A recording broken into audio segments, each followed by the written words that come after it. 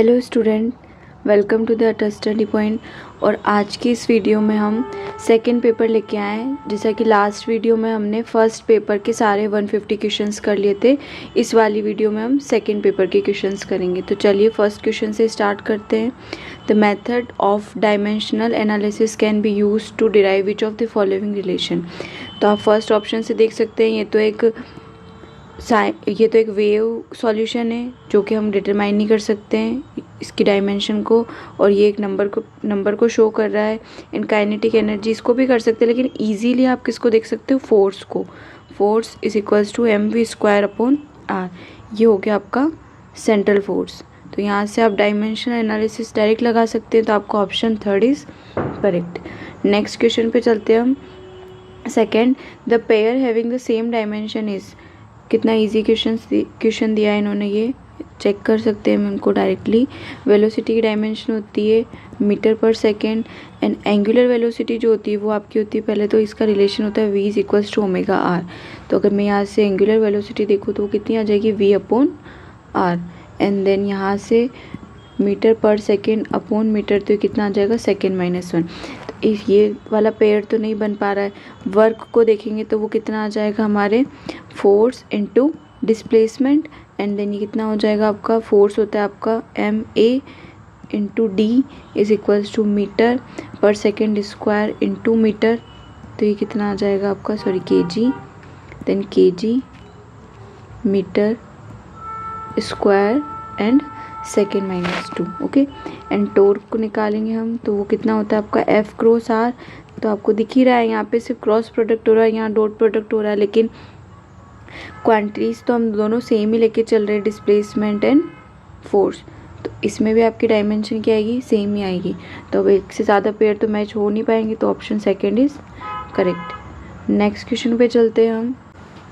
Third question is, if a is equals to i cap minus j cap plus k cap and second vector is this and third vector is this, then the value of constant p for this vectors to be coplanar is. तो coplanar की condition लगा देंगे हम। इसमें तीन vector अगर coplanar होते तो उसकी कंडीशन होती है a dot B cross C is equals to क्या आना चाहिए, 0। मतलब कोप्लेनर का मतलब क्या होना चाहिए कि वो कोई भी एक वॉल्यूम क्रिएट ना करे। अगर कोई वॉल्यूम क्रिएट करते होते तो यहाँ पर हम 0 नहीं लिख सकते थे, ठीक है। तो बस यही आपका, इसी को सॉल्व कर देंगे। तो आप b क्रॉस सी निकाल लें पहले। तो i cap j cap k cap 1 2 -3 3 p and 5।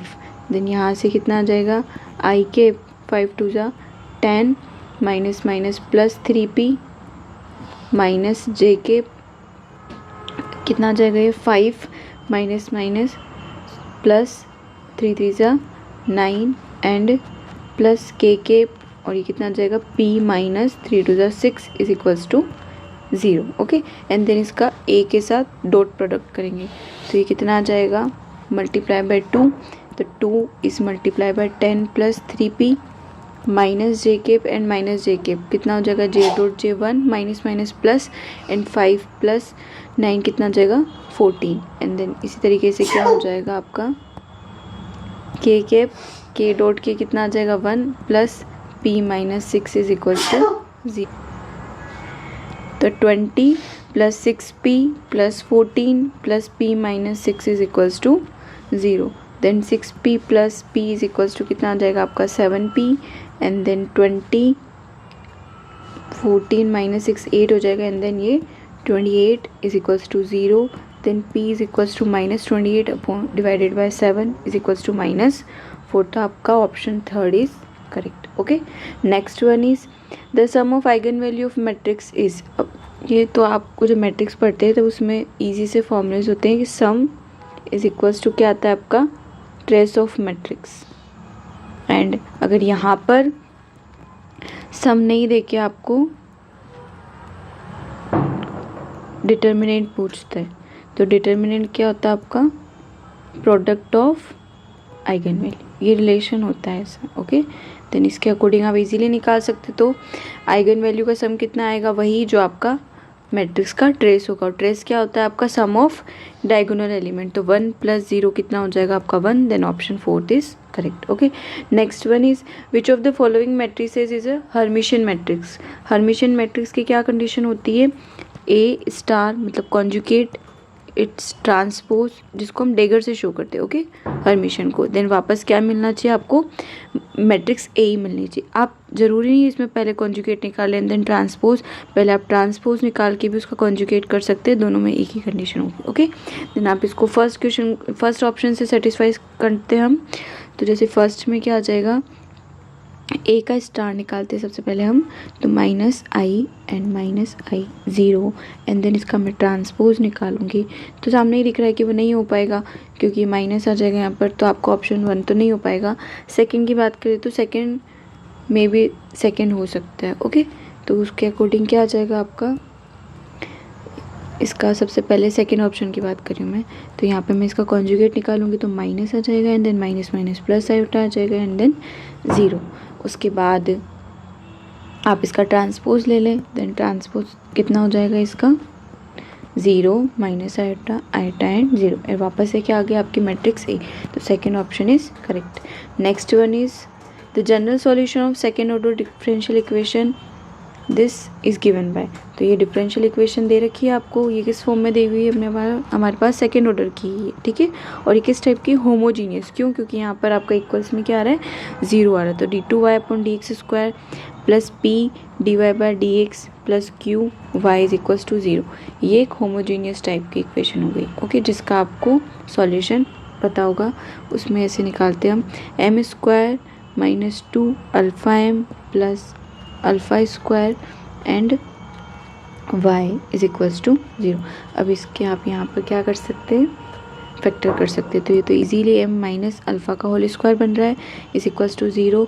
Then m के दो सेम सॉल्यूशन आ गए अल्फ़ा एंड अल्फ़ा, तो उसके अकॉर्डिंग आपका जो y होगा वो हो जाएगा आपके ax plus b e to the power alpha x, okay. Then ये आ गया आपका option third is correct. Next one is the value of integration -1 to 1 pn(x) dx is given by. ये लेजेंडरी पॉलिनोमियल की इक्वेशन है जो इसकी orthogonal property को शो करता है, ओके। देन इसमें आपका ऑप्शन फोर्थ इज करेक्ट है। जब आप लेजेंडरी पॉलिनोमियल्स पढ़ते हैं, आपकी स्पेशल डिफरेंशियल इक्वेशन सारी, उन सारे सिस्टम्स में लेजेंडरी के लिए ये प्रॉपर्टी आती है, okay. Next one is choose wrong recurrence relation for Hermite polynomials. Hermite के लिए भी जब आप कंडीशन सारी इसमें रेफरेंस रिलेशन थोड़े याद करके पढ़ेंगे हम, तो उसके अकॉर्डिंग आप थोड़े रिलेशंस इसमें जो इंपॉर्टेंट होते हैं वही याद करें, ऐसा कोई ज़्यादा याद करने की ज़रूरत नहीं है। तो फर्स्ट जो है वही आपको दिख रहा है कि इसमें इसका डिफरेंशियल कितना आएगा 2n(h(n-1x) आया था, ओके। तो यहाँ पे 2 नहीं है, तो आपका ऑप्शन 1 इज़ करेक्ट हो जाएगा, जो कि रॉन्ग रेकरेंस रिलेशन को शो कर रहा है, okay. Next one is find the value of a0 in the Fourier series of the function f of x is equals to 0 when x minus pi to 0 and f of x is equals to pi x divided by 4 when x is less than 0 sorry greater than 0 and less than pi. तो उसके लिए आप a0 is equals to होता है हमारे पास 1/पाई integration minus pi to pi f of x dx, okay. ये फूरियर सीरीज़ का है ये, तो इजीली तो हो जाएगा आपका -पाई टू 0 एंड -पाई टू 0 में आपका f of x कितना दिया हुआ है 0 into D X plus integration 0 to pi f of x कितनी लिमिट है उसमें value pi x by 4 into D X. Simple आप इसको इंटीग्रेट कर लें एंड देन सॉल्व कर लें, तो कितना आ जाएगा पाई बाय 4 तो आपका कांस्टेंट हो गया एंड x dx का इंटीग्रेशन कर लेंगे, तो कितना आ जाएगा x का integration x² by 2 then pi square by 4 x² by 2 and limit कितनी आ जाएगी 0 टू पाई, ओके। देन ये कितना आ जाएगा pi square by 8, option 4 is correct. Next one is the Laplace transform of T square E to the power minus 80 is. तो Laplace transform निकालने के लिए आप फॉर्मूला यूज़ कर ले सबसे पहले तो, कि लाप्लास ट्रांसफॉर्म होता क्या है, integration 0 to infinity f of T E to the power minus st dt, okay. अब इसमें भी कंडीशंस होती है, इसके बहुत सारे फॉर्मूले से जो इसको सिंप्लीफाई करने के लिए काफ़ी सही रहते हैं, तो उसको आप याद करके उस हिसाब से कर सकते हैं कि सबसे पहले f of T is equals to दिया हुआ हमें T square E to the power minus 80, okay.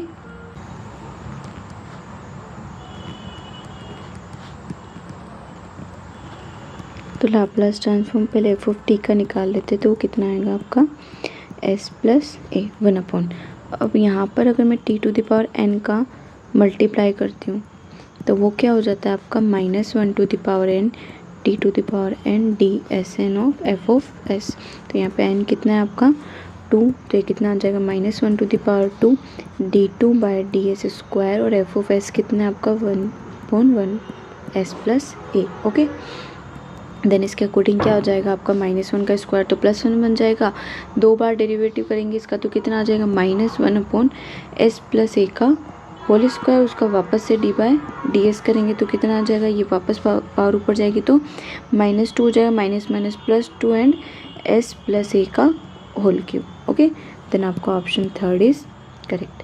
Next one is Fourier series x², this is from x is greater than is equals to -pi to less than is equals to pi, from this value of this is, तो इससे आपको value निकालनी है।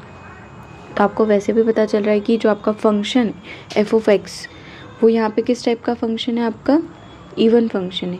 और even function के according हम Fourier series के terms को डायरेक्ट भी लिख सकते हैं कि ए नोट कितना हो जाएगा आपका यहाँ से सीधा 2/π integration 0 to pi f of x dx, and जो आपका nth टर्म हो जाएगी एन वो कितनी हो जाएगी 2/π integration 0 to pi f of x cos nx dx, and जो आपकी bn होगी वो टर्म क्या होगी यहाँ पर 0 होगी। ओके, देन यहाँ पर हम क्या निकालना है, यहाँ पर वैसे हमें x की किस वैल्यू पे इसकी वैल्यू निकालनी वो पता नहीं दिया हुआ है, लेकिन हम यहाँ से सीधे तरीके से देखे जाए तो कितना आ जाएगा, अगर मैं x की जगह 0 रखूँ तभी यहाँ पर सब में क्या आएगा 1, क्योंकि कोस 0 कितना होता है 1। तो यहाँ मैं देख भी सकती हूँ कि मैं अगर x बराबर 0 रख देती हूँ तो यहाँ अगर मैं 0 रख दूँगी और यहाँ मैं 0 रख दूँगी तो ये सारा तो यही टर्म ला के देगा मुझे वापस से। Okay, then 1² -1/2² plus 1/3² -1/4² dot dash dash dash और मल्टीप्लाई में 4π² माइनस में और इज इक्वल्स टू में क्या आ जाएगा 0, और मुझे इसकी वैल्यू निकालनी है तो मैं इसको इधर लेके जाऊंगी तो इस पूरी टर्म की वैल्यू कितनी हो जाएगी मेरे पास π² 3 × 4 इज इक्वल्स टू π²/12। तो ऑप्शन 4 इज करेक्ट। ऑप्शन 4 इसमें करेक्ट होना चाहिए, लेकिन इन्होंने इस क्वेश्चन को आई थिंक डिलीट किया हुआ है क्योंकि इन्होंने दिया हुआ नहीं वहाँ पे कि x की कौन सी वैल्यू पे आपको निकालना है। लेकिन हाँ, वैसे आप अंडरस्टूड है कि यहाँ पर कोस 0 1 होता है तो ये सारी टर्म्स रिमूव हो चुकी है, इसका मतलब आपने x की जगह 0 ही पुट किया होगा तभी आया होगा। Okay, then next one is if F of X is Fourier transform of capital F of X then the Fourier transform of F A X. Okay, तो ये लाप्लास ट्रांसफॉर्म जैसी एक प्रॉपर्टी होती है फूरियर ट्रांसफॉर्म में भी कि अगर आप कोई भी कांस्टेंट या मल्टीप्लाई कर देते हैं एक्स के साथ तो वो आपका जो फूरियर ट्रांसफॉर्म होगा वो हो जाएगा आपका ए। ओके, देन आपका option first is correct. Okay, next one is the imaginary part of log z base E is. तो आपको पता है z इज इक्वल्स टू क्या होता है r e⁻θ, एंड देन यहाँ से अगर मैं निकालूँ log r बेस e⁻θ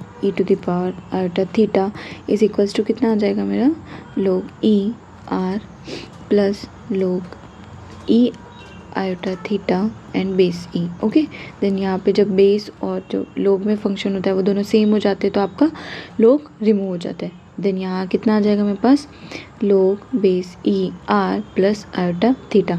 जो आपके इमेजिनरी पार्ट है वो क्या बन रहा है आपका यहाँ पर थीटा, और अब जानते हैं हम जैसे थीटा कैसे निकाल सकते हैं हम, एक्स इज इक्वल्स टू होता है आपका R cos theta and y is equals to कितना होता है हमारा r साइन थीटा।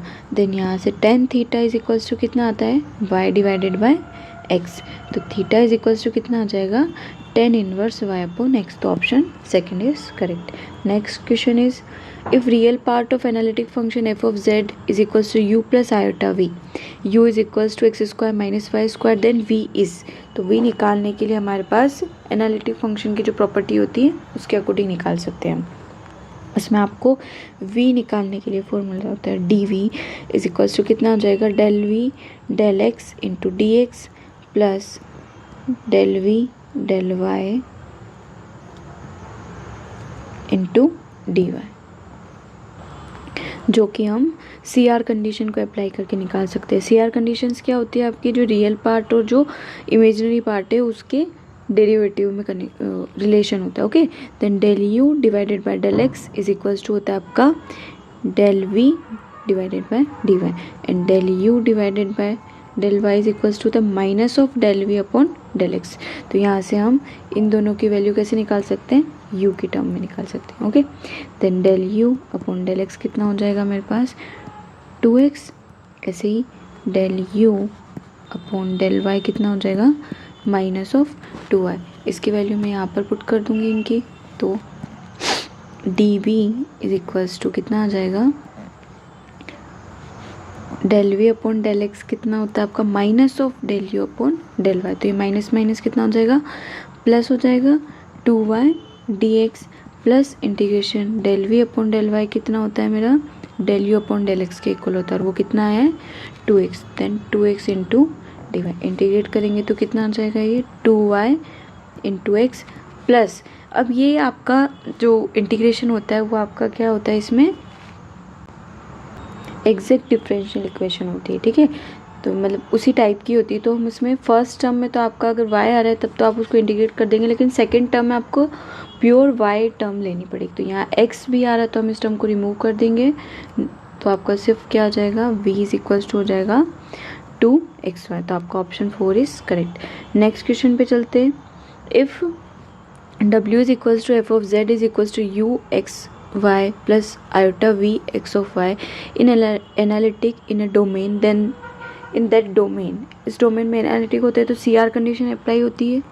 जो आपकी सी आर इक्वेशन या कंडीशन जो भी है वो अभी अपन इक्वेशन क्या उसके अकॉर्डिंग क्या थी, del you upon del X is equals to क्या होता है आपका del V upon del Y, and del you upon del Y is equals to minus of del V upon del X. Okay, then इसके according आपका option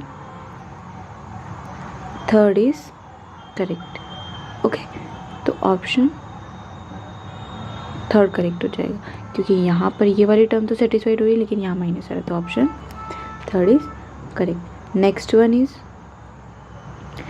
if a alpha beta X to the power alpha X to the power beta is equals to 0 then the value of this. ये आपका एक tensor को show करता है और tensor में सिमेट्रिक प्रॉपर्टी होती है। तो अगर मैं यहाँ पर बीटा अल्फ़ा कर दूंगी तो भी उसकी वैल्यू क्या होगी, अल्फ़ा बीटा के इक्वल ही होगी।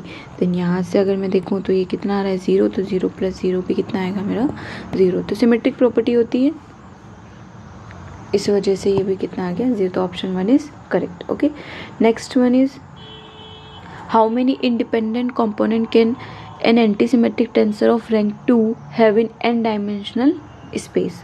तो इसका आपका एंटीसिमेट्रिक के लिए तो उसका आंसर होगा आपका option 3 n-1 divided by 2। Okay, next one is choose the correct statement for cyclic group. Cyclic group क्या होते हैं आपके कि जो आपके जितने भी एलिमेंट है ग्रुप के, मान लीजिए x1 y1 x2 समथिंग जितने भी, वो किसी एक ही एलिमेंट से जो कि इसी ग्रुप के अंदर आता है उससे जनरेट हो जाए, तो वो होते हैं आपके साइक्लिक ग्रुप। तो उसके लिए आपके 3 तो ऑलवेज आप 3 ऑर्डर का होना चाहिए मिनिमम, तो वो तभी वो साइक्लिक हो पाएगा। तो group of order 3 is always a cyclic group. तो आपका option 2 is correct. Next one is the group formed by 3 cube root of unity is.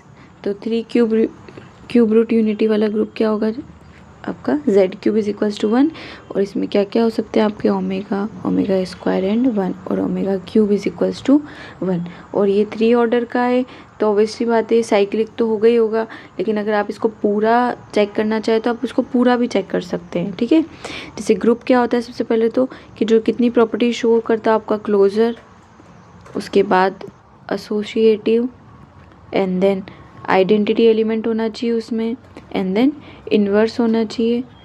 उसके बाद आबेलियन ग्रुप क्या होगा कि जैसे b multiply a is equals to वापस किसके इक्वल आ जाना चाहिए, ए बी के। तो आपको पता है 1 into omega is equals to omega into 1, दोनों बात एक ही होगी। तो ये सारी प्रॉपर्टी शो करता है। ओके, तो आबेलियन भी हो गया और ये आपका साइक्लिक भी हो जाएगा। अब साइक्लिक के लिए अभी मैंने आपको बताया था कि इसमें सारे जो एलिमेंट है वो जनरेट हो जाए। तो उसके लिए अगर मैं देखूँ तो ओमेगा की power 1 is equals to omega and omega की पावर 2 से ओमेगा स्क्वायर आ जाएगा और ओमेगा क्यूब करूँगी तो मैं वापस कितना आ जाएगा 1। तो वापस ये सारे एलिमेंट ला के दे रहा है मुझे। इसका मतलब ये इसमें क्या हो गया, आपका जो ओमेगा है वो क्या हो गया, इसमें जनरेटर हो गया और ये एक तरीके का साइक्लिक ग्रुप भी हो गया। तो आपका option 4 is correct. Next one is the relation between shift operator capital E and difference operator delta is. तो ये सारा हमारा बीएससी मैथ्स का आ रहा है, इसमें थोड़ा नॉर्मल भी, तो वैसे आरपीएससी सारे पेपर बीएससी लेवल के ही रहती है, तो उसमें बीएससी के मैथ्स के लेवल के आ रहे हैं। ओके, तो इसमें आपके जो रिलेशन होता है डेल्टा इज इक्वल्स टू होता है आपका E-1। तो आपका option second is correct. Next one is choose a wrong relation for forward difference operator. Okay, तो इसमें रॉन्ग बताना है आपको। तो ये तो आपका सही हो जाएगा, ये भी सही हो जाएगा एंड देन ये भी सही हो जाएगा। तो ऑप्शन थर्ड इस आपका क्या हो जाएगा, रॉन्ग हो जाएगा। Okay, then option third is correct. Next question, find the value of f 2.5 using the suitable interpolation formula from the following table. तो अब आप इसमें आपके पास 2-3 मेथड है, लैग्रेंजियन भी है और आपका न्यूटन रैप्सन भी है। तो आप कोई सा भी यूज़ कर, सॉरी न्यूटन रैप्सन नहीं, आपका जो Newton forward deviate difference interpolation है वो भी यूज़ कर सकते हैं। ओके, यहाँ पे वैसे फॉरवर्ड ही लगेगा क्योंकि जस्ट 2 और 3 के बीच में 2.5 मतलब फर्स्ट में ही आ रहा है, लेकिन यहाँ पे मैं लैग्रेंजियन को प्रेफर करना चाहूँगी क्योंकि मैंने कभी लैग्रेंजियन से ट्राई करके नहीं देखा है। हमेशा मैंने जो न्यूटन डिवाइडेड डिफरेंस इंटरपोलेशन है वही यूज़ किया है। तो मैं चाहती हूँ मैं भी थोड़ा कुछ अलग ट्राई करके देखूँ कि आंसर सेम आता है कि नहीं आता। ओके, तो हम उसी को आगे बढ़ के चलेंगे। तो क्या आ जाएगा आपका, इसमें आपका F of X is equals to कितना होता है, y1 divided by x1 minus x2 x1 minus x3 and जितने भी आपकी टर्म्स आगे चलती जा रही है एंड उसके according x minus x2 x minus x3 and यहाँ पर 4 है हमारे पास, तो यहाँ कितना आ जाएगा x1 minus x4 and then x minus x4। Okay, then next term भी ऐसी हो जाएगी, y2 divided by x2 minus x1 and x2 minus x3 and x2 minus x4 and यहाँ पर ऊपर कितना आ जाएगा आपका x minus x1 x minus x3 x minus x4। Okay, यहाँ पे बस इतना फॉर्मूले में ये याद रखना है कि एफ ऑफ एक्स की वैल्यू ये F of x. Okay, and यहाँ x के लिए कि आपको जो निकालना है वो, और यहाँ पर जब अगर 1 की बात करें तो 1 में से आप सबको माइनस करें एंड ऊपर वाली जो टर्म है उसमें आप 1 को माइनस नहीं कर सकते। ओके, बस इतना सा है एंड देन उसके अकॉर्डिंग सिमिलर टर्म्स आप निकाल सकते हैं। देन मैं अगर नेक्स्ट टर्म निकालूँ तो कितनी आ जाएगी, y3 x minus x1 x minus x2 and x minus x3 नहीं लूँगी तो नेक्स्ट वाली टर्म ले लूँगी। ओके, एंड नीचे इसमें सब x3 में से माइनस करूँगी मैं, तो x3 minus x1 and x3 minus x2 and x3 minus x4। Okay, and then last term आपकी कितनी हो जाएगी, y4 इज डिवाइडेड बाय कितना आ जाएगा, x4 minus x1 x4 minus x2 x4 minus x3 and x4 minus x4 नहीं कर सकती हूँ यहाँ पे, x माइनस x1 और x minus x2 and x minus x3 x minus x4 नहीं कर सकते। ओके, देन आप इस सबको कैलकुलेट करके देखेंगे आप। वैसे यहाँ पे कराना काफ़ी ऐसा इतना मुश्किल भी नहीं है, आप कैलकुलेशन कर सकते हो, उसका आंसर यही आ रहा है आपका। ओके, देन मैं आपको सॉल्व पूरा नहीं करा रही हूँ यहाँ पर, लेकिन मैं आपको बता देती हूँ कि आपका ऑप्शन जो 1 है वो इसमें करेक्ट ऑप्शन हो जाएगा। ओके, आप करके देख लेना एक बार, हो जाएगा वैसे। Next one is F of X is a polynomial of degree n, then the nth difference is equals to. तो जो आपका nth डिफरेंस है वो क्या आपका डिफरेंशियल हो गया, तो वो कितना होता है, डिफरेंशियल कितना होता है, nx to the power n minus 1। Okay, then second option is correct. Next one is on integrating f x cube minus 3x square plus 2x plus 1 from x minus 1 to x is equals to 1 using Simpson's rule with h is equals to 1 we obtain. अब इसने Simpson बोला तो आप जरूर नहीं इसमें Simpson 1/3 लगाया, third 8 लगा है, आप इसमें कुछ भी लगा सकते हो। तो मैंने जैसे सिम्पसन 1/3 लगाया, उसके अकॉर्डिंग फार्मूला होता है मेरे पास h/3 first term and last term, okay. And then 4 multiply करेंगे जितनी भी इवन टर्म्स हैं उनके साथ, तो जो आपकी इवन टर्म्स है उसके अकॉर्डिंग आ जाएगा, ओके। एंड देन जो 2 मल्टीप्लाई करेंगे वो सारी आपकी ओड टर्म्स के साथ, तो ये कितना आ जाएगा yn-1। और यहाँ पे तो अभी मेरे पास 3 टर्म्स ही है, मतलब h कितना गैप लेना है, h = 1, तो मतलब -1 to 1 तक जाने के लिए मेरे पास कितनी टर्म्स हो जाएगी, -1, 0 एंड 1, ये होगी मेरी x की वैल्यू। और यहाँ से अगर मेरा जो y निकालूँ, y का मतलब वही हो गया आपका f(x), y कितना है आपका f(x) = दिस। अगर यहाँ पर मैं y1 निकालूँ, ओके, तो y1 कितना हो जाएगा मेरा -5, -3, -2 +1, ओके। देन कितना आ जाएगा ये 5 और 3 8 और 2 10 +1, तो -9। ऐसे ही मेरा y2 कितना हो जाएगा, 0 रखना है, 0 0 0, तो कितना आ जाएगा 1। ऐसे ही मेरा y3 कितना हो जाएगा, यहाँ पर +1 रखना है, तो 5 -3 +2 +1, तो कितना हो जाएगा ये 3 -2 -1, तो ये कितना आ जाएगा आपका 5, okay.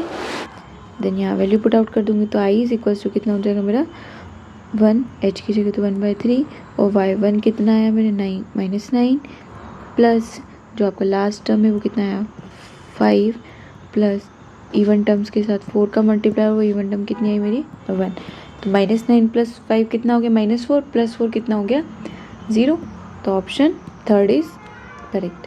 Next one is 25। If two normal distribution have the same total frequency but the standard deviation of one is k times that of the other, then maximum frequency of first is n time of the other, here n is। अब आपको दे रखा है दो distribution, एक तो मान लीजिए σ1 and σ2, ये आपके स्टैंडर्ड डेविएशन होते हैं, वो दे रखा है कि आपका एक k टाइम से, और उनकी जो फ्रीक्वेंसी है वो क्या है यहाँ पर सेम है। और फ्रीक्वेंसी क्या शो करती है, आपका डिस्ट्रीब्यूशन को शो करती है कि डिस्ट्रीब्यूशन का जो एरिया है, एरिया को शो करती है, ओके। और वो सेम है, अब वो सेम है लेकिन यहाँ पर तो आपको दिख रहा है कि स्टैंडर्ड डेविएशन तो अलग अलग है, तो इसका मतलब क्या होगा कि एरिया इस टाइप से आपको इक्वल करना पड़ेगा कि या तो जो इसका डिस्ट्रीब्यूशन है वो ज़्यादा हो तो नेक्स्ट वाले का पीक ज़्यादा होगा। मान लीजिए कि ये σ2 के लिए और ये σ1 के लिए, ठीक है ना। तो ओवरऑल क्या हो गया मेरा कि जो मेरी इसकी जो विड्थ थे और जो इसकी जो विड्थ थे, उन दोनों में क्या एक तरीके से इन्वर्सली प्रोपोर्शनल होगी हाइट, कि इसकी अगर विड्थ ज़्यादा है, इस वाले की विड्थ ज़्यादा है तो इसकी हाइट कम है, और इसकी जो विड्थ कम है तो इसकी हाइट ज़्यादा है। तो जो मेरा n होगा वो क्या हो जाएगा, यहाँ पे मेरा सिंपल सा क्या हो जाएगा, इन्वर्सली प्रोपोर्शनल हो जाएगा, ओके। तो मेरा जो n होगा वो क्या होगा 1/k, okay. Next question is 26। From a box containing a white and b black ball, one ball is drawn at random and set aside, the expected number of white ball left in the box is। ठीक है, कि जो आपकी white ball है वो कितनी बची होगी, इसका मतलब आपकी जो वाइट बॉल कितनी बची होगी, मतलब जो आपकी ब्लैक बॉल है वो निकल गई हो, या फिर आपकी जो एक वाइट निकल गई हो, ठीक है ना। तो एक वाइट, मान लीजिए आपने रैंडमली एक वाइट निकाली, तो एक वाइट निकालने की प्रोबेबिलिटी क्या जो कि मेरी a/a+b टोटल बॉल हो गई मेरी a+b टोटल, और वाइट बॉल निकालने की प्रोबेबिलिटी होगी मेरी a। लेकिन जो वाइट बॉल कितनी बची है मेरे पास, तो मान लो ये a बॉल थी, उसमें से मैंने इतनी बॉल निकाल ली, तो बची हुई बॉल ये हो जाएगी, तो a-a/a+b, ओके। तो आपका option third is correct. Next one is R is equals to A cross B cross C, then choose correct relation for differentiation of R। differentiation of R के लिए आपको करेक्ट स्टेटमेंट बताना है इसमें, तो easily आप बता सकते हैं इसमें कि क्रॉस प्रोडक्ट हो रहा है और डिफरेंशियल करना है अभी, तो यहाँ पर तो कितना आ जाएगा, ये इसका डिफरेंशियल पहले करेंगे फिर नेक्स्ट वाले करते हैं, नेक्स्ट वाला ऑप्शन थर्ड इज करेक्ट, क्योंकि एक साथ तो नहीं कर रही हैं, ठीक है ना, और एक साथ हो गई नहीं। और यहाँ पर हम कोई प्रॉपर्टी शो नहीं कर रहे अभी, तो इसलिए डॉट भी नहीं लगा, डॉट वाला भी सिस्टम नहीं लगाएंगे हम यहाँ पे, और लगाते तो भी यहाँ पर एक बार डॉट आ जाता तो नेक्स्ट वाले में क्रॉस आता, देन यहाँ डॉट आता, फिर देन नेक्स्ट वाले में यहाँ क्रॉस आता और यहाँ डॉट आता, तो फिर वो गलत हो जाता, okay. Next one is, if the probabilities of n independent events are p1, p2, p3 dash dash pn, then the probability that at least one of the event would happen is, इनमें से कम एक event होने की। तो मान लीजिए एक बार के लिए हम मान के चलते हैं कि एक भी इवेंट नहीं हो रहा है, एक भी इवेंट नहीं हो रहा, मान लीजिए मेरा p1 इवेंट नहीं हो रहा तो 1 माइनस p1। इसी तरीके से मेरे सारे इवेंट नहीं हो रहे तो मेरी प्रोबेबिलिटी कितनी हो जाएगी, 1 minus p2, 1 minus p3 and so on करके कितना आ जाएगा, 1 माइनस pn। अब एटलीस्ट वन एक इवेंट तो होना ही चाहिए, तो टोटल प्रोबेबिलिटी कितनी होगी मेरी 1, और उसमें से कम एक ही होना चाहिए, तो कितना हो जाएगा 1 माइनस ऑल ऑफ दिस। तो कितना हो जाएगा मेरा ऑप्शन 4 इज करेक्ट। ठीक है, and then next one is, if mu is mean operator and delta is central difference operator, then mu square. ये बीएससी के ही आ रहे हैं अभी तक, बीएससी मैथ्स के, अपने एमएससी तक लेवल में ये नहीं है, जिसके फिजिक्स होगा उसके पास ये नहीं होगा। ठीक है, तो आपका इसमें सीधा सा रिलेशन है,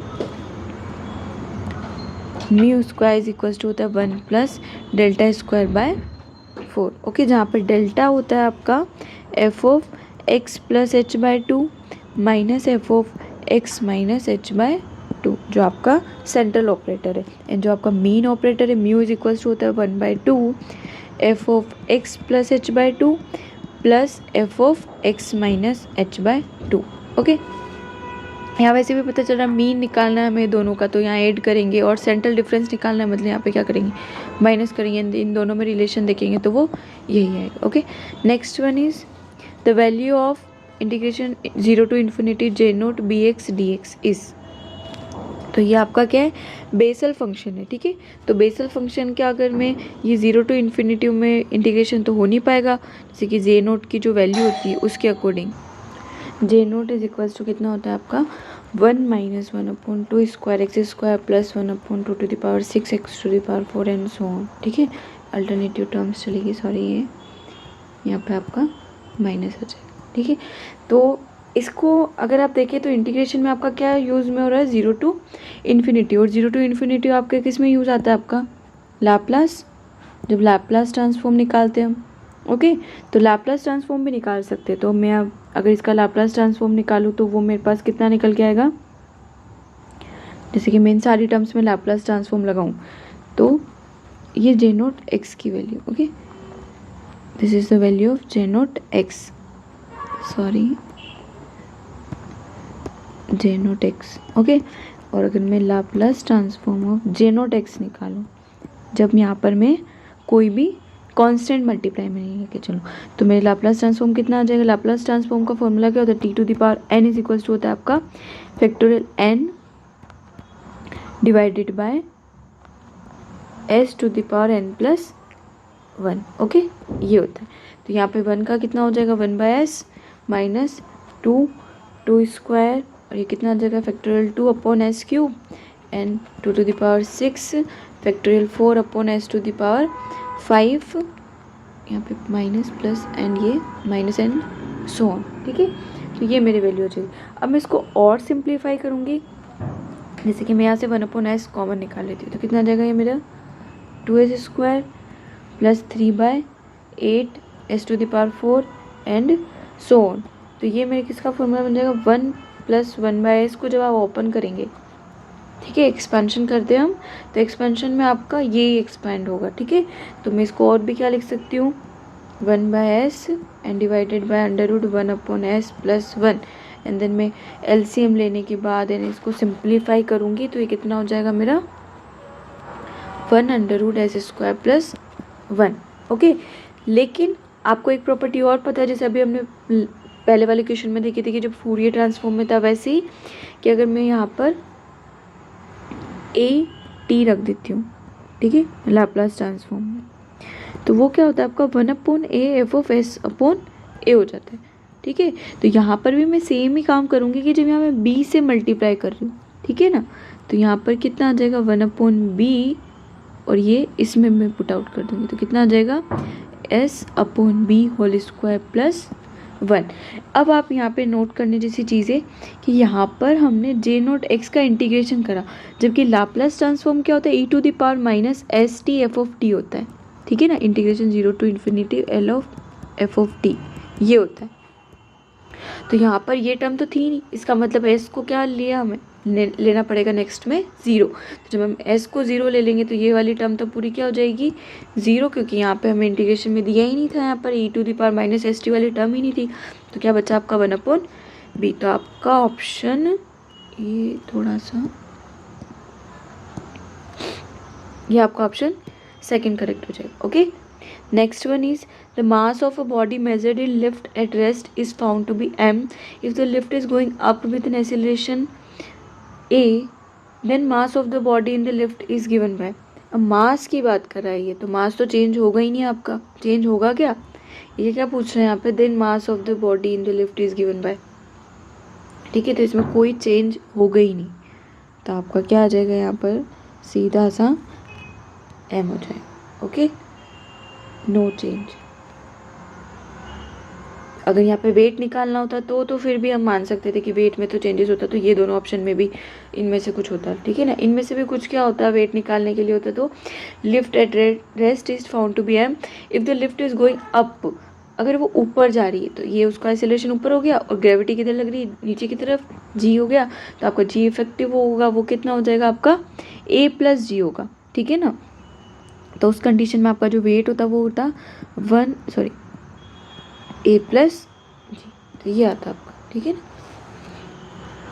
जब ये मैं यहाँ लिख देती हूँ w निकाल रहे होते तब की बात, तो अभी तो ऐसा पूछा नहीं उसने, मास की बात करी तो मास तो चेंज होगा नहीं, तो आपका वो स्मॉल m ही बना रहेगा।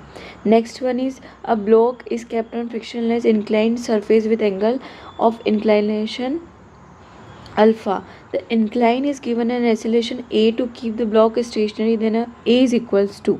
तो जब अब मैं इसके कंपोनेंट करूँगी देन उसके बाद मैं देखूँगी कि जैसे कि ये इसमें मेरे g कहाँ लग रहा है, ग्रेविटी नीचे की तरफ लग रहा है, देन यहाँ से भी अल्फ़ा एंगल बना रहा है, देन यहाँ से मैं इसके कंपोनेंट करूँगी तो वो कितना आ जाएगा मेरा, ये हो गया आपका mg कोस अल्फ़ा, एंड ये कितना हो जाएगा मेरा mg साइन अल्फ़ा।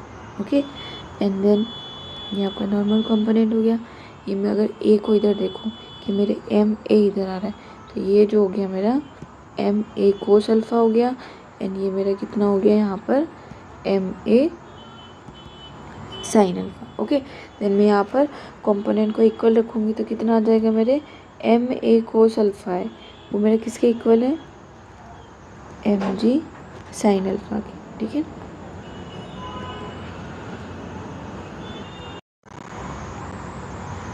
यहाँ पर जो है वो अल्फ़ा होगा तो ये आपका कोस हो जाएगा। ओके, देन यहाँ पर ma cos alpha is equals to mg sine alpha हो जाएगा। तो जो आपका a हो जाएगा वो कितना हो जाएगा, g sine alpha divided by cos alpha then g tan alpha. Okay, then आपका option 1 is correct. Next one is the differential cross section of scattering of a particle by a hard sphere of radius r is given by. तो यहाँ पर आपको differential cross section निकालना था और वो भी हार्ड स्फीयर के लिए। तो अगर ये क्वांटम मैकेनिकली होता तो इसका आंसर आप सीधा सा लिख सकते थे 4πr²। ठीक है ना, लेकिन ये क्लासिकली है तो क्लासिकली में ऐसा नहीं होगा। क्लासिकली के अकॉर्डिंग जो आपका डिफरेंशियल क्रॉस सेक्शन होता है वो होता है d sigma d omega is equals to b upon sine theta और db अपॉन d थीटा, जहाँ पर b आपका क्या है, इम्पैक्ट पैरामीटर। ठीक है ना, और कैसे निकालते हैं इसको, मान लीजिए ये आपका पोटेंशियल हो गया टारगेट, एंड ये इसका सेंटर हो गया, और यहाँ से कोई पार्टिकल आ रहा है मान लीजिए, एंड देन वो यहाँ स्कैटर हो गया। ठीक है,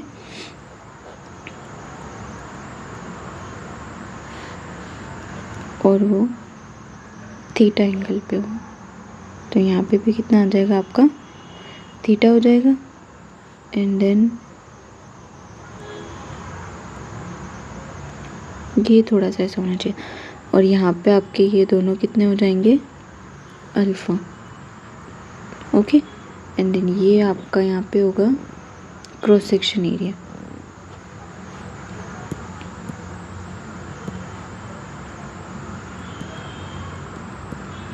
ये एंगल मेरा थीटा है। ओके, और ये मेरा इम्पैक्ट पैरामीटर बी। ठीक है, ये आपका स्कैटर्ड होके पार्टिकल यहाँ से मूव करता हुआ स्कैटर्ड होके यहाँ चला गया। ठीक है, तो अब यहाँ पे सिंपल सा आप बता सकते हैं, अगर मैं एंगल को सेटिस्फाइज करके देखूँ तो 2 alpha plus theta is equals to 180। And then मैं ये यहाँ इस ट्राइंगल की बात करूँ, कौन से ट्राइंगल की? इस ट्राइंगल की। तो ये जो पूरा ट्राइंगल है इसको मैं साइड में बना देती हूँ।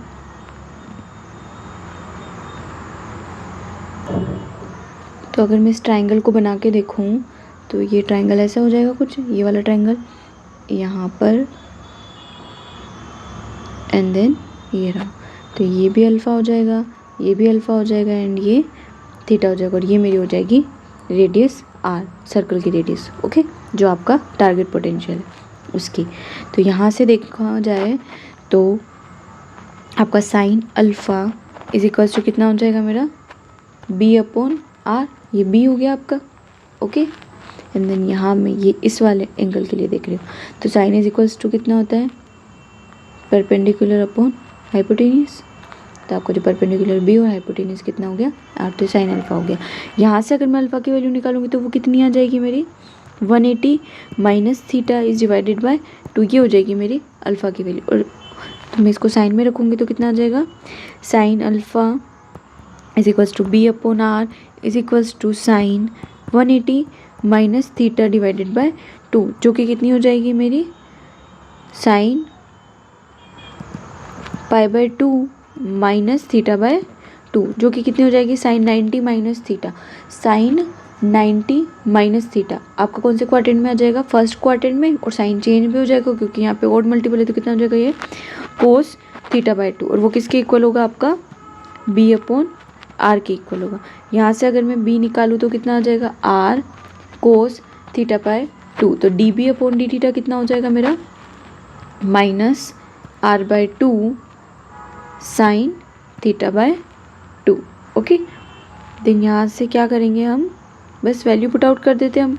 जो आपका डिफरेंशियल क्रॉस सेक्शन का फॉर्मूला था उसमें ये थोड़ा ज़्यादा कंजप्टेड हो गया, थोड़ा सा आप थोड़ा क्लियरली समझ लेना इसको, 1 बाय 1 स्टेप्स लिखते जाना, तब सब सही हो जाएगा। देन उसके अकॉर्डिंग क्या आ जाएगा मेरा? D sigma upon d omega is equals to कितना हो जाएगा मेरा? बी की वैल्यू मैंने अभी निकाली, r cos theta by 2 divided by sine theta into d b upon d theta, उसका मोड। तो ये माइनस रिमूव हो जाएगा तो कितना आ जाएगा? R by 2 sine theta by 2, तो ये कितना हो गया? R square divided by 2 sine theta. And यहाँ पर अगर मैं देखूँ तो ये कितना आ जाएगा मेरा? ये मान लीजिए मैंने 2 लिखा। ओके, एंड यहाँ साइन थीटा को मैं क्या लिख दूँ? 2 साइन है कोस है, यही हो जाएगा ना। तो ये ऊपर भी यही बच रहे थे, एंड देन ये कैंसिल आउट होने के बाद कितना हो जाएगा मेरा? आर स्क्वायर एंड 2 इंटू 2 कितना आ जाएगा? 4। तो जो आपका ऑप्शन 4 थे वो कितना क्या हो जाएगा? Option 4 is correct. Okay, next question पे चलते हैं। A particle is moving on elliptical path under the central force acting toward its focus. If v1 and v2 are velocities of particle at the corner of major axis respectively, and v0 is velocity at the corner of minor axis, then relation between v0, v1 and v2 is given by। तो सबसे पहले आप ellipse बना लेते हैं अपन, और ये इसकी मेजर एक्सिस हो गई, और मान लीजिए मेरा इसका सेंटर यहाँ है और उसका फोकल यहाँ है। ओके, और फोकल को कैसे रिप्रेजेंट करते हैं? उसके कोऑर्डिनेट को, ये एसेंट्रिसिटी हो गई इसकी। मान लीजिए कि यहाँ पर मेरी जो वेलोसिटी वो v1 है, यहाँ मेरी वेलोसिटी मेजर एक्सिस है, उसकी v2 हो गई, एंड ये जो लेंथ है वो कितनी हो गई? a, और ये जो रेडियस है वो r1, और यहाँ से यहाँ तक की जो रेडियस है वो मेरी कितनी है? r2। ओके, एंड देन ये सेंटर से ये आपकी माइनर एक्सिस हो गई, और यहाँ मेरी वेलोसिटी कितनी है? v0। ओके, एंड देन मैं ऐसे मूव करती जा रही हूँ। मान लीजिए मैं इस पॉइंट को नाम दे देती हूँ मैं p, एंड इस पॉइंट को नाम दे देती हूँ मैं c1, इस पॉइंट को नाम दे देती हूँ मैं c2। ओके, एंड देन हमें पता है कि जब हम नियरेस्ट होते हैं, ओके, मैं इसको f से रिप्रेजेंट कर देती हूँ। ये हो गया आपका f फोकस, और ये आपका हो गया। जब हम नियरेस्ट होते तब हमारी वेलोसिटी जो होती है वो क्या होती है, हमारी मैक्सिमम होती है। ठीक है, तो ये v1 मैक्सिमम हो जाएगी एंड यहाँ पे v2 क्या हो जाएगी, हमारी मिनिमम हो जाएगी। ओके,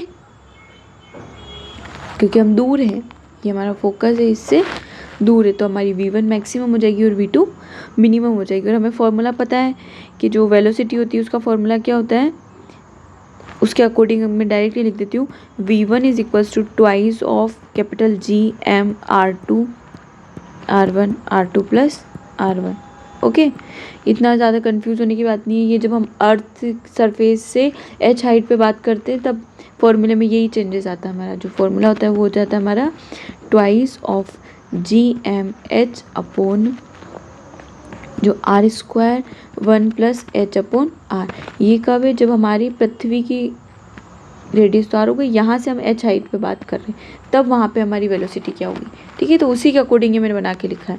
तो यहाँ से सिमिलरली v2 कितना हो जाएगा, twice of GM R1 R2 and ये कितना आ जाएगा मेरा R2 plus R1। Okay, and then यहाँ से मैं देखूँ तो R1 कितना हो जाएगा, ये जो R1 है ये टोटल आपका A है, उसमें से मैं क्या माइनस कर दूँ, AE, तो कितना हो जाएगा A minus A and R2 is equals to कितना हो जाएगा A प्लस A। और जब मैं v1 v2 में वैल्यू पुट आउट करूँगी तो जो मेरे v1 है वो कितना हो जाएगा, under root GMA 1 plus E upon 1 minus E। ऐसे ही जो v2 है वो कितना हो जाएगा, GM upon A in the under root 1 minus E upon 1 plus E। Okay, लेकिन अपने को पता है सेंट्रल फोर्स मोशन की बात कर रहे हैं हम, तो जो आपका एंगुलर मोमेंटम है वो क्या रहता है, कंजर्व रहता है। देन एंगुलर मोमेंटम कंजर्व रहेगा। मान लीजिए मैं पॉइंट P की बात करती हूँ, तो एट पॉइंट P जो एंगुलर मोमेंटम है वो मेरा कितना हो जाएगा, m r0, सॉरी r0 पहले नहीं, पहले हाँ, अभी यहाँ पर रेडियस मैंने शो नहीं किया इसने, ये r0 रेडियस है। ओके, तो जो कितनी हो जाएगी, r0 v0 sign theta. And अगर मैं डायग्राम को देखूँ तो डायग्राम के अकॉर्डिंग मेरा साइन थीटा कितना हो जाएगा, sine theta is equals to क्या होता है, परपेंडिकुलर अपॉन हाइपोटेन्यूज, तो b अपॉन r0 हो जाएगा। तो मैं यहाँ से वैल्यू पुट आउट करूँगी तो कितना आ जाएगा, v0 b अपॉन r0, तो कितना हो जाएगा m v0 b। ये हो गया मेरा पॉइंट P पर एंगुलर मोमेंटम। और इसी तरीके से अगर मैं C1 पॉइंट पे देखूँगी तो कितना आ जाएगा मेरा m1 v1 r1, और ऐसे ही मेरा C2 पॉइंट पे कितना हो जाएगा m2 v2 r2। Okay, and then मैं अगर कंजर्वेशन की बात करूँ तो JC1 is equals to JC2 is equals to JP होना चाहिए। तो उसके अकॉर्डिंग क्या आ जाएगा मेरा m1 v1 r1 is equals to, sorry m ही होगा यहाँ पे, m1 नहीं आएंगे, ठीक है ना, क्योंकि एक ही पॉइंट, एक ही पार्टिकल की बात करें। तो इज इक्वल्स टू कितना हो जाएगा मेरा m v0 b। Okay, and then यहाँ से मैं निकाल सकती हूँ v1 और m से m कैंसिल आउट हो गया। r1 को मैं वापस से क्या लिख सकती हूँ, a minus AE is equals to v0 b। और मैं b को भी लिख सकती हूँ, जो माइनर एक्सिस होती है उसका हमारे एसेंट्रिसिटी एंड मेजर एक्सिस इन दोनों के साथ रिलेशन होता है 1 माइनस E² इस फॉर्म में।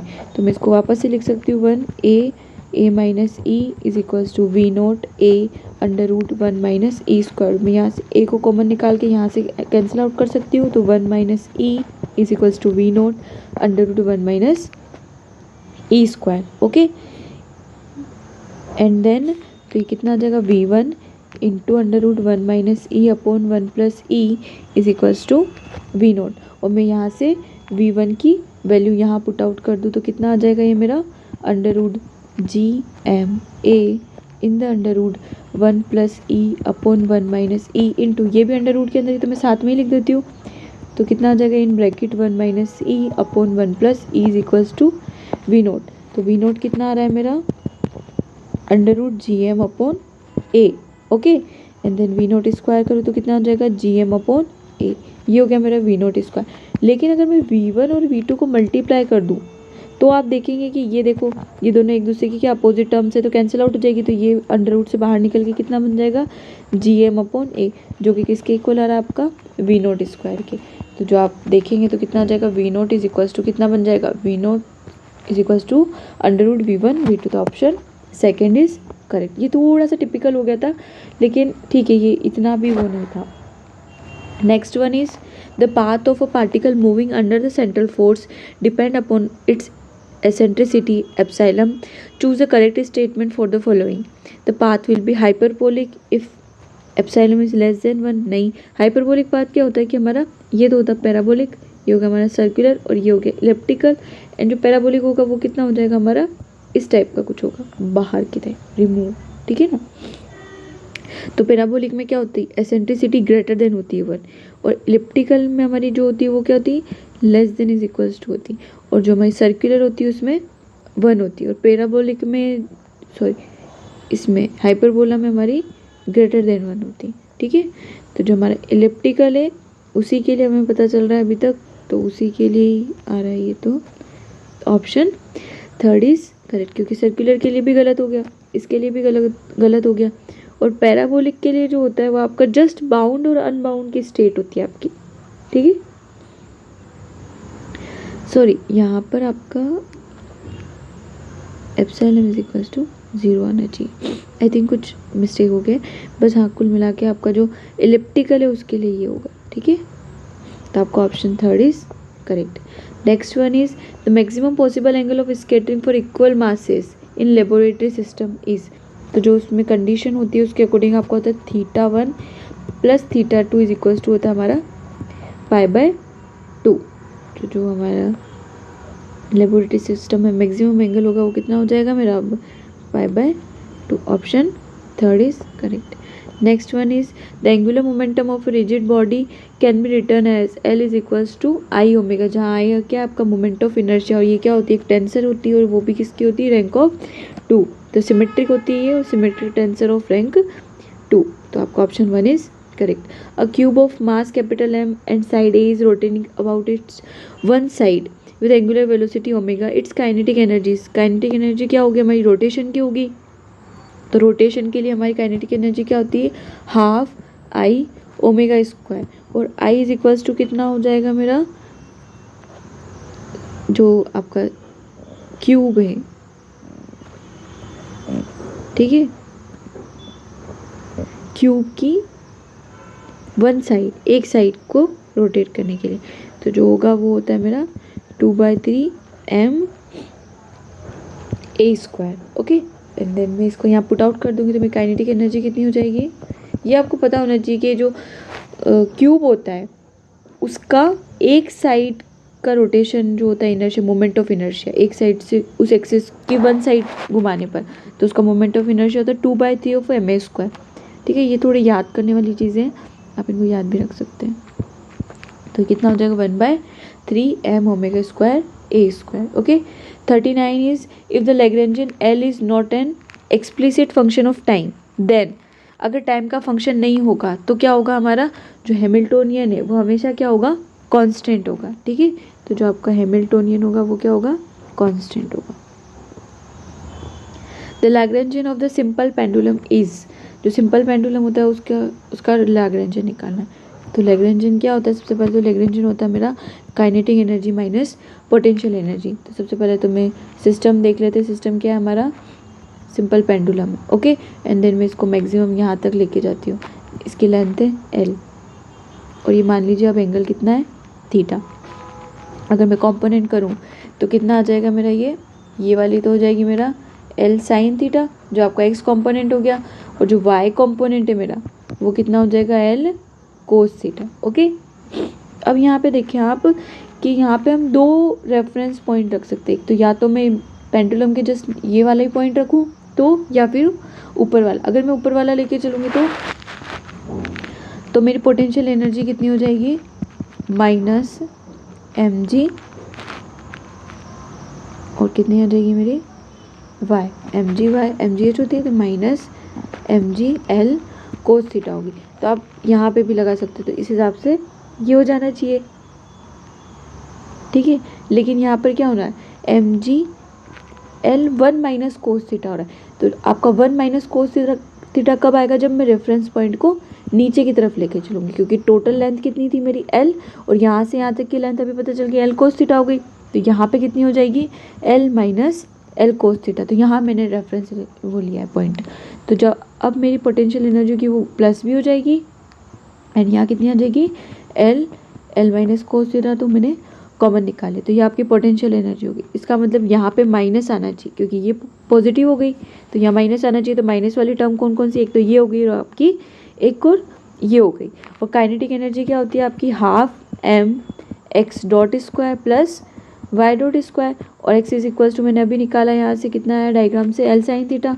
तो x dot is equals to कितना हो जाएगा, L theta dot sine theta का कितना हो जाएगा, cos theta. Similarly y dot कितना हो जाएगा मेरा, L minus sine theta and theta dot, इन दोनों का मैं स्क्वायर करूँगी तो L square cos square theta sine square theta 1 बन जाएगा, थीटा डॉट स्क्वायर हो जाएगा। तो कितना आ जाएगा, half m L square theta dot square. तो आपका option second is correct. Okay, तो आपका option second is correct. Next question पे चलते हैं। For a linear harmonic oscillator v is equals to half of k x square, the equation of motion by Hamiltonian principle is given bye.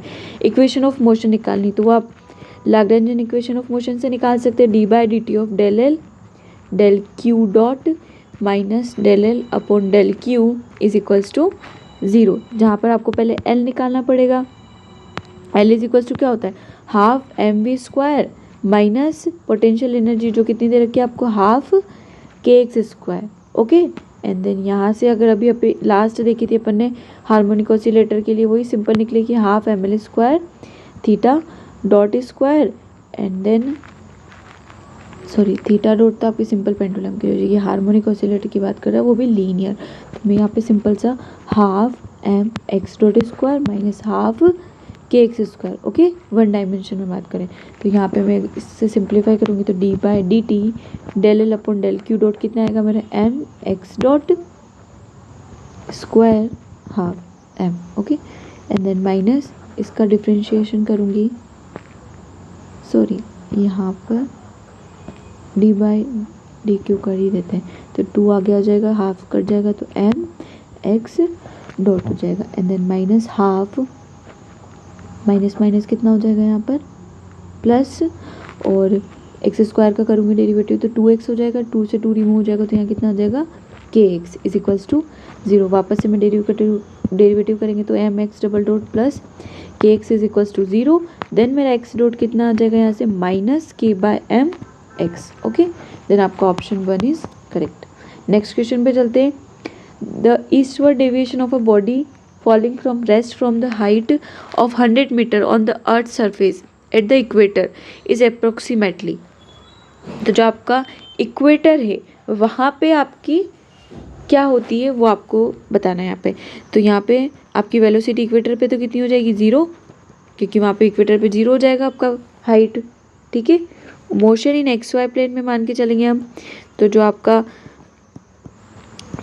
X double dot है वो कितना होगा, -2 omega Z कोस theta, और जो Z direction में बात करूँगी तो मेरा वहाँ पे क्या लग रहा है, ग्रेविटी। ये हो गया आपका एसिलेशन, ये हमारा कोरियलिस जो फोर्स है उस वे में निकाला है मैंने। ओके, एंड देन आपका जो जेड डायरेक्शन में जो आपका फोर्स होगा वो कितना होगा, सॉरी एसिलेशन होगा, वो आपका ग्रेविटी एसिलेशन होगा। ठीक है, एंड देन मैं यहाँ पे 2 बार इंटीग्रेट कर देती हूँ तो मेरा कितना आ जाएगा, माइनस जी टी, एक बार और इंटीग्रेट कर दूंगी तो minus G T square by 2 हो जाएगा। ठीक है, तो यहाँ से मेरा वी जेड हो गया एक तरीके से, ये वेलोसिटी यहाँ पे मैं पुट आउट कर दूंगी तो x double dot is equals to -2 omega और minus minus plus g t cos of theta.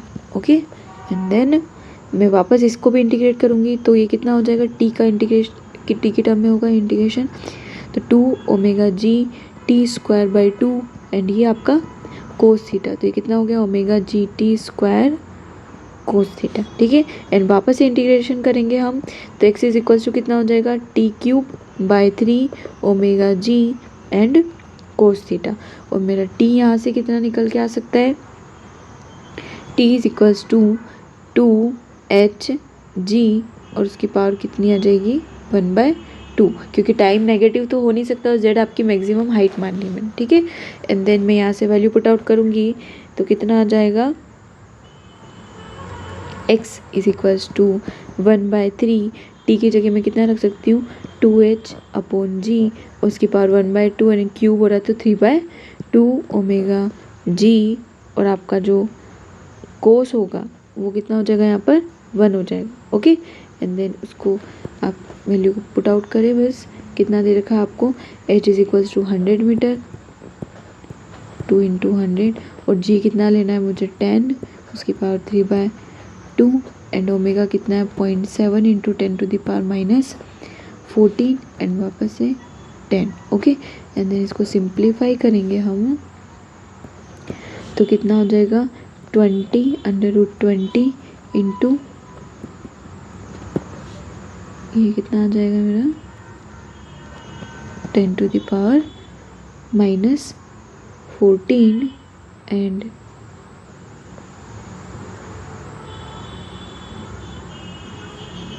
इसको जब मैं सिंप्लीफाई करूँगी, सॉरी 14 नहीं है ये, -4, ओके, -4, तो ये सारा मीटर में आ रहा है अभी आपका, ओके। 100 भी मीटर में था एंड ये भी आपका मीटर में ही चल रहा है। तो इसको जब आप मल्टीप्लाई करेंगे एंड देन सॉल्व करेंगे तो आपका इजीली कितना आंसर आ जाएगा इसका 2.0 सेंटीमीटर। तो option 3 is correct. Next one is choose the correct property of poison bracket. जो पॉइजन ब्रैकेट है उसकी करेक्ट प्रॉपर्टी क्या होगी, तो ये तो होगी नहीं क्योंकि यहाँ पे प्लस है, तो यहाँ ऑब्वियसली बात है प्लस होना चाहिए, तो गलत हो गई आपकी।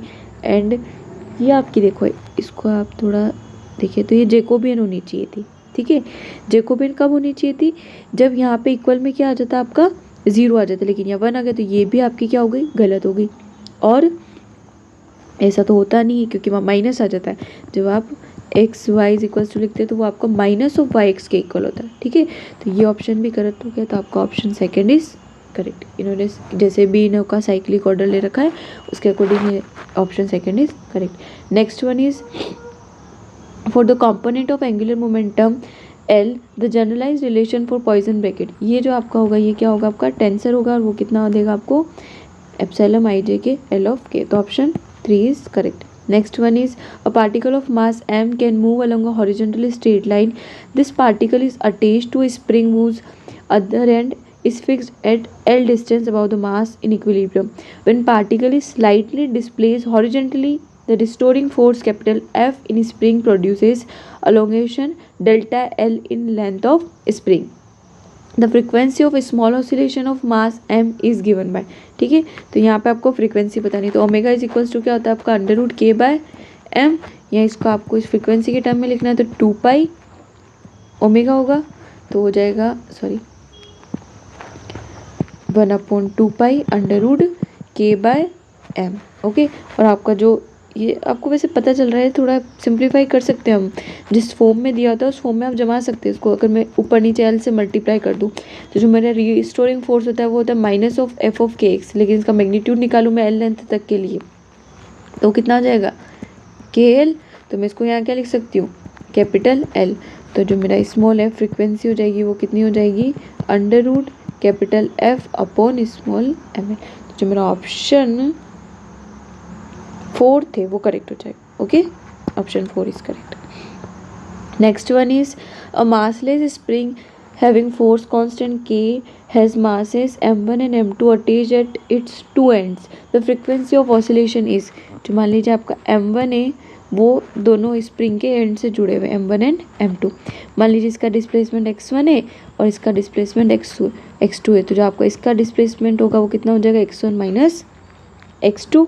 एंड देन आपको पता है कि ओमेगा इज इक्वल्स टू क्या होता है √k/m, और इजीली वे में भी निकाल सकते हैं आप इसमें कि यहाँ पे आपका मास था, अब यहाँ पे रिड्यूस मास आ जाएगा, तो आपको reduce mass mu is equals to क्या होता है m1 m2/m1 + m2।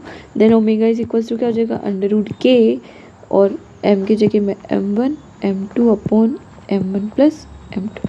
तो आपका option second is correct. Next question is The invariance of Lagrangian under spatial translation implies the conservation of linear momentum, conservation of angular momentum, conservation of energy, conservation of parity. तो जो आपका under special translation होता है उसमें क्या होगा, आपका जो एक्स है मतलब कोऑर्डिनेट, ठीक है, जो आपका जो कोऑर्डिनेट नहीं है वो नहीं होगा, तो आपका जो लीनियर मोमेंटम है वो क्या रहेगा, कंजर्व रहेगा। जैसे कि d by d t del L upon del q dot minus del L upon del q is equals to zero, इसको इन्वेरियंस के तो ये ज़ीरो हो गया। तो d by d t del L upon del q dot is equals to zero बन गया। तो del L upon del q dot is equals to constant हो गया।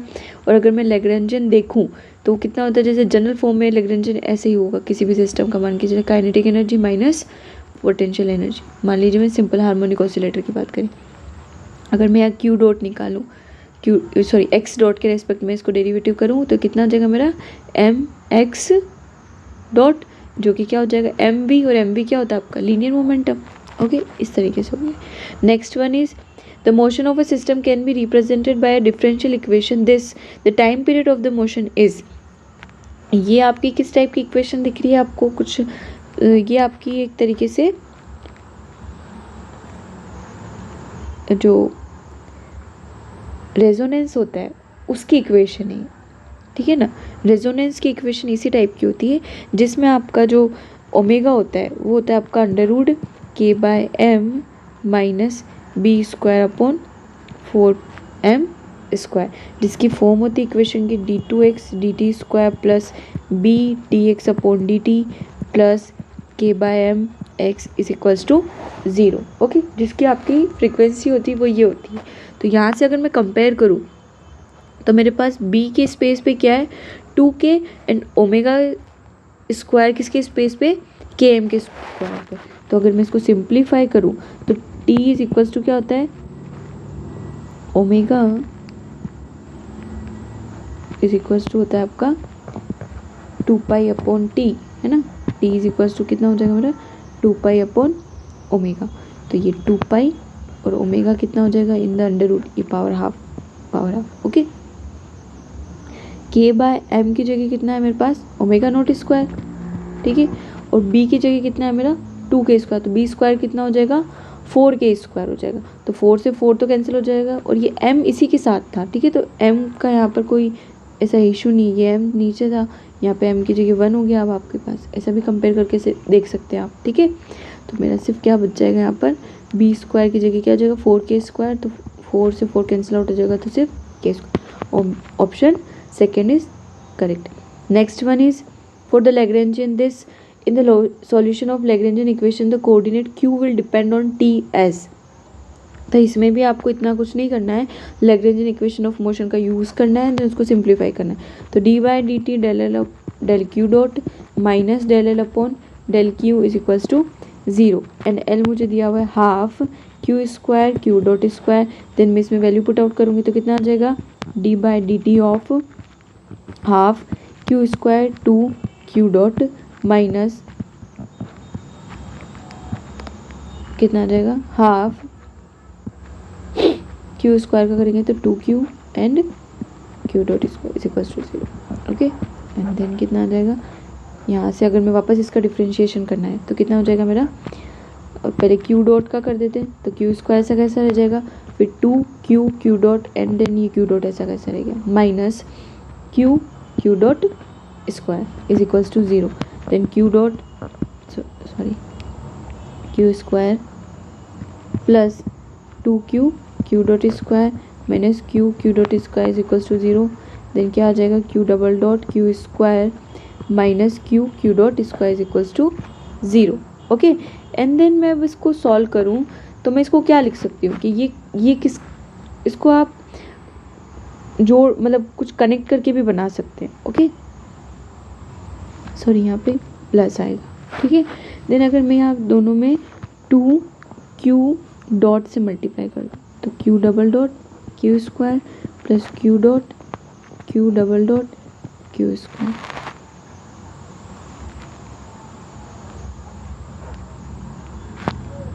ठीक है। ये वाली term Q dot square and 2q dot का मल्टीप्लाई कर दिया इज इक्वल्स टू 0। अब अगर मैं इसको देखूँ तो ये किसका डेरिवेटिव है, d/dt ऑफ q डॉट के होल स्क्वायर का डेरिवेटिव है। आप जब इसको खोलेंगे तो आपको सिंप्लीफाई करेंगे देखेंगे तो वापस में अगर इसका डेरिवेटिव करूँगी तो यही टर्म आएगी, ठीक है। तो मैंने इसको इस फॉर्म में लिख दिया, क्योंकि 0 से इधर मल्टीप्लाई कर दूँगी तो कोई इफेक्ट ही नहीं आएगा, तो ये ऐसा हो जाएगा। Then q dot whole square is equals to कितना हो जाएगा, कांस्टेंट, ओके। एंड देन यहाँ से अगर q dot is equals to क्या हो जाएगा, अंडर रूट c हो जाएगा। And then q dq by dt is equals to under root c और q dq is equals to under root c dt। तो कितना हो जाएगा ये, q square by 2 is equals to under root c t plus b. और q square is equals to कितना हो जाएगा, ये पूरा कांस्टेंट मान लीजिए, मैं कैपिटल ए मान लेती हूँ, t हो जाएगा, और ये वाला कांस्टेंट मैं कैपिटल c मान लेती हूँ। Then q is equals to क्या हो जाएगा, under root a t plus c. तो जो मेरा q किसके साथ वेरी कर रहा है, t to the power half के साथ, तो option second is correct. Next question is suitable generating function corresponding to the canonical transformation. वैसे तो इन्होंने ये क्वेश्चन डिलीट कर दिया है, लेकिन फिर भी अगर आप इसको सॉल्व करते तो देखते तो इसमें आपको ये ऑप्शन मैच कर रहा था, कहीं ना कहीं मैच में भी इनकम्प्लीट था। q square by 2 cot qx minus 1 आना चाहिए था। अब आपको जनरेटिंग फंक्शन निकालने का फॉर्मूला पता होगा, minus p d q is equals to d f. मैं यहाँ पे क्या करूँ, स्मॉल p रहने दूँ, यहाँ से डी क्यू निकाल के यहाँ वैल्यू रख दूँ, एंड देन उसको सिंप्लीफाई करूँ, देन उसके बाद चेक करूँगी तो मेरा ये फॉर्म निकल के आई, ओके। एक एग्जैक्ट डिफरेंशियल इक्वेशन बनेगी, उसके बाद ये फॉर्म निकल के आएगी। लेकिन इन्होंने इस क्वेश्चन को काट रखा है क्योंकि डिलीट कर दिया था, क्योंकि यहाँ पे इनकम्प्लीट ऑप्शन दिया हुआ था आपको, ओके। तो आज की इस वीडियो में हमने 50 क्वेश्चन सॉल्व कर लिए। नेक्स्ट वीडियो में हम इसी पेपर सेकंड पेपर की 51 to 100 क्वेश्चन सॉल्व करेंगे, एंड देन सॉन चलते रहेंगे, ओके। तो आप इसी तरीके से हमें देखते रहिए, सुनते रहिए, और जो आपको सॉल्यूशन में डाउट लगता है वो आप कमेंट सेक्शन के थ्रू बता सकते हैं। And thank you for watching me, thanks.